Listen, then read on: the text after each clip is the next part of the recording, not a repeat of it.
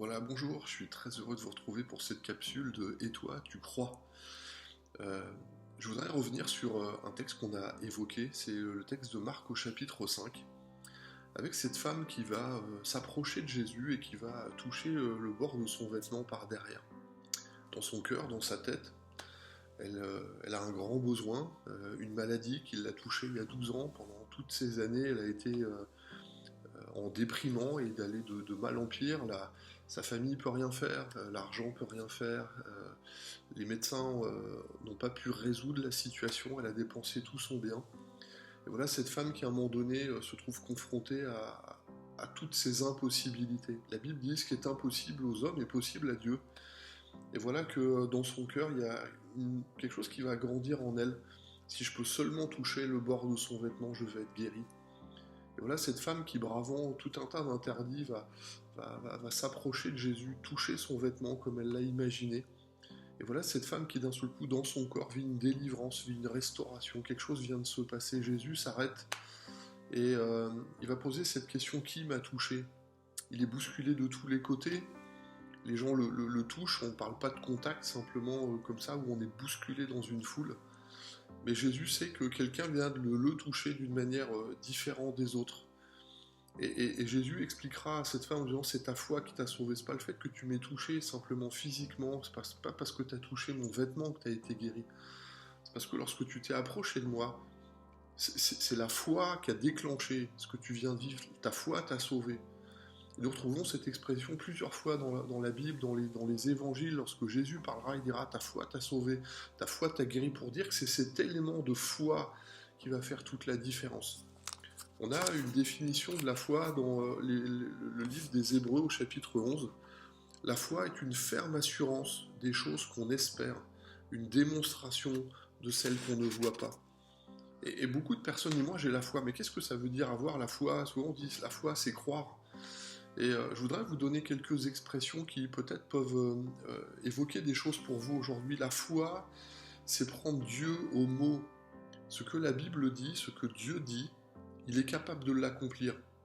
Ce qui signifie que lorsque nous lisons dans la parole de Dieu des versets, lorsque la Bible nous donne Dieu va donner au travers de la Bible des commandements, des prescriptions, qu'il va y avoir comme des maximes, on parle des proverbes, dans les psaumes, il y a des phrases où Dieu dit, où on a les béatitudes: heureux serez-vous lorsque, et puis on voit qu'il y a un effet qui est tout de suite derrière, et lorsque nous vivons ces choses, on dit: mais moi Seigneur, j'ai envie de vivre ça.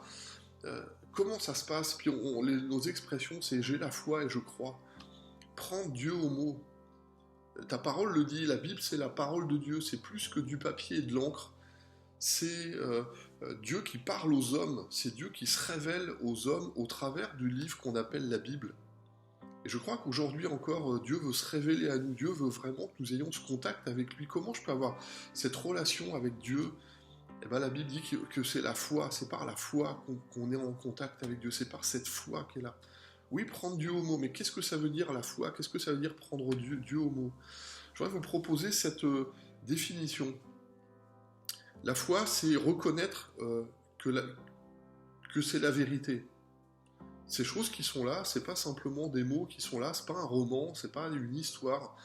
C'est les histoires de l'humanité, c'est l'histoire des hommes, c'est l'histoire d'un Dieu vivant qui veut se révéler aux hommes, qui veut avoir cette vie au travers de ceux qui effectivement sont les croyants. Reconnaître cette parole comme vraie.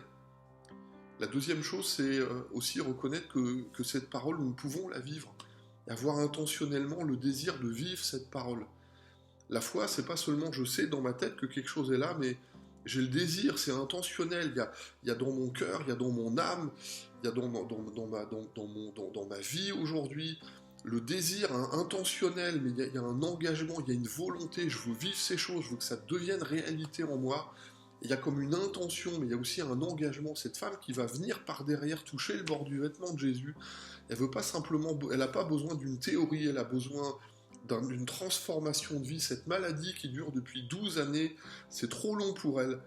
Et comment les choses peuvent se faire? Elle est intentionnelle. Elle va dépasser ses limitations, dépasser les blocages, dépasser les traditions qui sont autour d'elle. Parce que son désir à elle, c'est de vivre cette transformation intérieure, mais aussi cette transformation complète, cette restauration, cette réhabilitation dans toute sa vie. Et à un moment donné, on a vraiment besoin, les uns et les autres, de voir et de comprendre que la foi qui nous connecte à Dieu, on a besoin de mettre ces choses en pratique de manière formelle, avec une détermination, de dire, c'est Seigneur, tu l'as dit. Quand je dis prendre Dieu au mot, c'est vraiment saisir les choses en disant, Seigneur, c'est écrit, t'as dit que tu serais comme ça. Si je reprends cette femme à la perte de sang qui est là, il y a un verset dans l'Ancien Testament qui est des 1500 ans plus tôt que le texte de cette femme. Elle dit, je suis l'Éternel qui te guérit. Et il y a dans le mot guérison la même racine que le mot salut, ta foi t'a sauvé. On se rend compte que les termes hébreux sont tellement riches qu'on voit toute la perspective qu'il peut y avoir pour la vie des uns et des autres, de voir que Dieu est capable de donner de la hauteur, de donner de la profondeur, de donner de l'impact pour votre vie aujourd'hui. Qu'est-ce qui va transformer ces choses? C'est la foi qui déplace les montagnes, la foi qui permet à un moment donné de croire que ces choses sont possibles et qu'on peut y arriver. Alors on dirait, mais dans la vie, il y a des gens qui ont aussi fait des choses extraordinaires, ils ont eu une détermination, il y avait une volonté. Oui, mais il y a des choses que les hommes peuvent organiser, il y a des choses que les hommes peuvent porter. Il y a une intelligence dans l'homme, Dieu a fait l'homme à son image, il y a cette intelligence qui est là. Quand je vois toute la science qui est en train de découvrir, et toute la logique, on voit les choses, je ne contredis pas ça. Mais si dans la vie, il y a effectivement une réalité une logique de science, et si même la médecine a ses guérisons, la foi, elle a les miracles. Le mot miracle, il est rattaché au mot de la foi. Et je pense qu'aujourd'hui encore, ce mot de foi, il faut le creuser. Et Dieu nous pose cette question, Jésus posera cette question à un moment donné, quand il reviendra sur la terre, trouvera-t-il la foi? J'aimerais te demander ce matin, où est-ce qu'elle en est ta foi? Où en es-tu dans ta foi? Où est-ce que tu en es dans cette relation que tu as avec Dieu? Et des fois, un certain nombre diront, mais moi j'ai une foi toute petite, ma foi elle est pas... La foi, c'est pas besoin d'être grande. Une petite foi qui rencontre un grand Dieu, ça fait le miracle. Le miracle, ça dépend pas de nous, le miracle, il dépend de Dieu.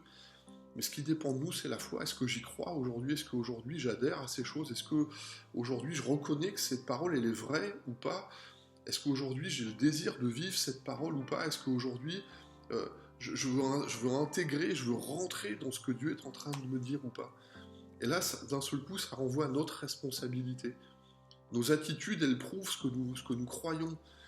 Et quand on dit le juste vivra par la foi, nous vivrons ce que nous croyons. Si nous croyons que Dieu est grand, alors on vivra un grand Dieu et nous vivrons des choses qui sont grandes. Parce que Dieu dépasse ce que nous imaginons et pensons. Même la plus grande réalité qu'on pourrait vivre aujourd'hui, nos plus grandes espérances, elles sont encore trop petites par rapport à ce que Dieu veut vivre avec nous, ce que Dieu veut nous faire vivre aujourd'hui. Et je voudrais vraiment, dans ce moment qui est là, vous rappeler au travers du texte de cette femme qui était malade et qui a trouvé une résolution après 12 années de difficultés, qu'aujourd'hui encore, ces choses, elles sont vraies. Je voudrais vous raconter un témoignage que j'ai vécu dans une église il y a quelques années en arrière. Une femme qui était bloquée dans sa vie à cause d'angoisse. On sent aujourd'hui autour de nous qu'il y a une espèce d'angoisse, la situation actuelle, le monde dans lequel on vit. Il y a comme quelque chose qui nous prend, on sent que les médias, il y a tellement d'informations, il y a tellement de surinformations qu'à un moment donné, on a l'impression que ça peut nous toucher à tous les endroits, même la vie du quotidien peut paraître un peu difficile. Il y a des gens qui vivent des angoisses terribles, l'agoraphobie, l'impossibilité d'être en réunion avec d'autres. Aujourd'hui en France, il y a 100 000 enfants qui sont en rupture scolaire parce qu'ils n'arrivent plus à être en relation avec d'autres à cause de la pression, à cause de la foule. Il y a des pères, il y a des hommes qui, à cause de la pression du travail, à cause de la compétition qu'elle a dans le travail, vivent des fois des choses avec le burn-out, avec vous voyez, la boule au ventre pour aller au travail. Et il y a tellement de situations qui sont comme ça. Cette femme qui était là dans la réunion ce jour-là vivait à un moment donné où elle se sentait un peu enfermée. Pourtant, la salle était lumineuse, pourtant il y avait de l'espace. Mais vous savez, quand vous vivez à l'intérieur quelque chose qui est douloureux et qui est dur, vous vous rendez compte que même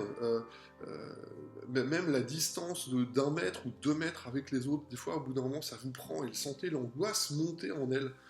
Et juste au moment où cette femme sent l'angoisse qui monte. Il y a le texte de cette parole qu'on a dans l'évangile de Marc au chapitre 5 avec Jésus qui va encourager Jairus juste après la femme à la perte de sang. Ne crains pas, mais crois seulement. Et justement, cette parole a été prononcée, elle vit l'angoisse. La prédication est en train de se passer, j'étais en train de prêcher ce jour-là. Et cette femme qui était prête à partir et puis à quitter la salle à cause de l'angoisse qu'elle vivait à l'intérieur, je prononce cette phrase. Ne crains pas, mais crois seulement, cette phrase de l'évangile. Puis elle va saisir cette parole au bon. Et à un moment donné, elle va sentir que la paix va revenir en elle, comme si quelque chose l'a quittée. À la fin de la réunion, je demande à l'auditoire qui est là, est-ce que quelqu'un voudrait rendre témoignage de ce que la parole de Dieu peut changer en eux ou en elle.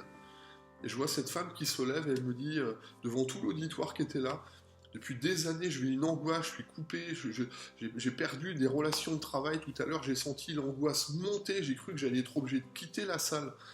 Je suis resté là. Écoutez, ce témoignage, je l'ai vécu il y a quelques années en arrière. Le jour où cette parole, elle a saisi cette parole au bon, la vie de cette femme a été dégagée de toutes les angoisses de sa vie. Elle a retrouvé son travail, elle a pu retrouver une vie professionnelle, elle a retrouvé une liberté de vie, plus d'agoraphobie, plus de problèmes pour prendre l'escalier, plus de problèmes pour être dans un environnement qui était plus petit ou plus confiné. L'angoisse avait quitté son cœur. Ces choses sont encore vraies aujourd'hui, c'est la foi. Et je voudrais vraiment vous engager encore aujourd'hui dans cette foi qui peut changer les vies, transformer les situations. Et je voudrais vous interpeller. Est-ce que tu crois? Est-ce qu'aujourd'hui tu as la foi? Peut-être que tu diras, mais moi je ne sais pas comment faire. Alors je t'invite simplement à demander à Dieu, dire Seigneur, j'ai besoin que tu augmentes ma foi, parce que j'ai besoin de vivre avec toi. Que Dieu vous bénisse.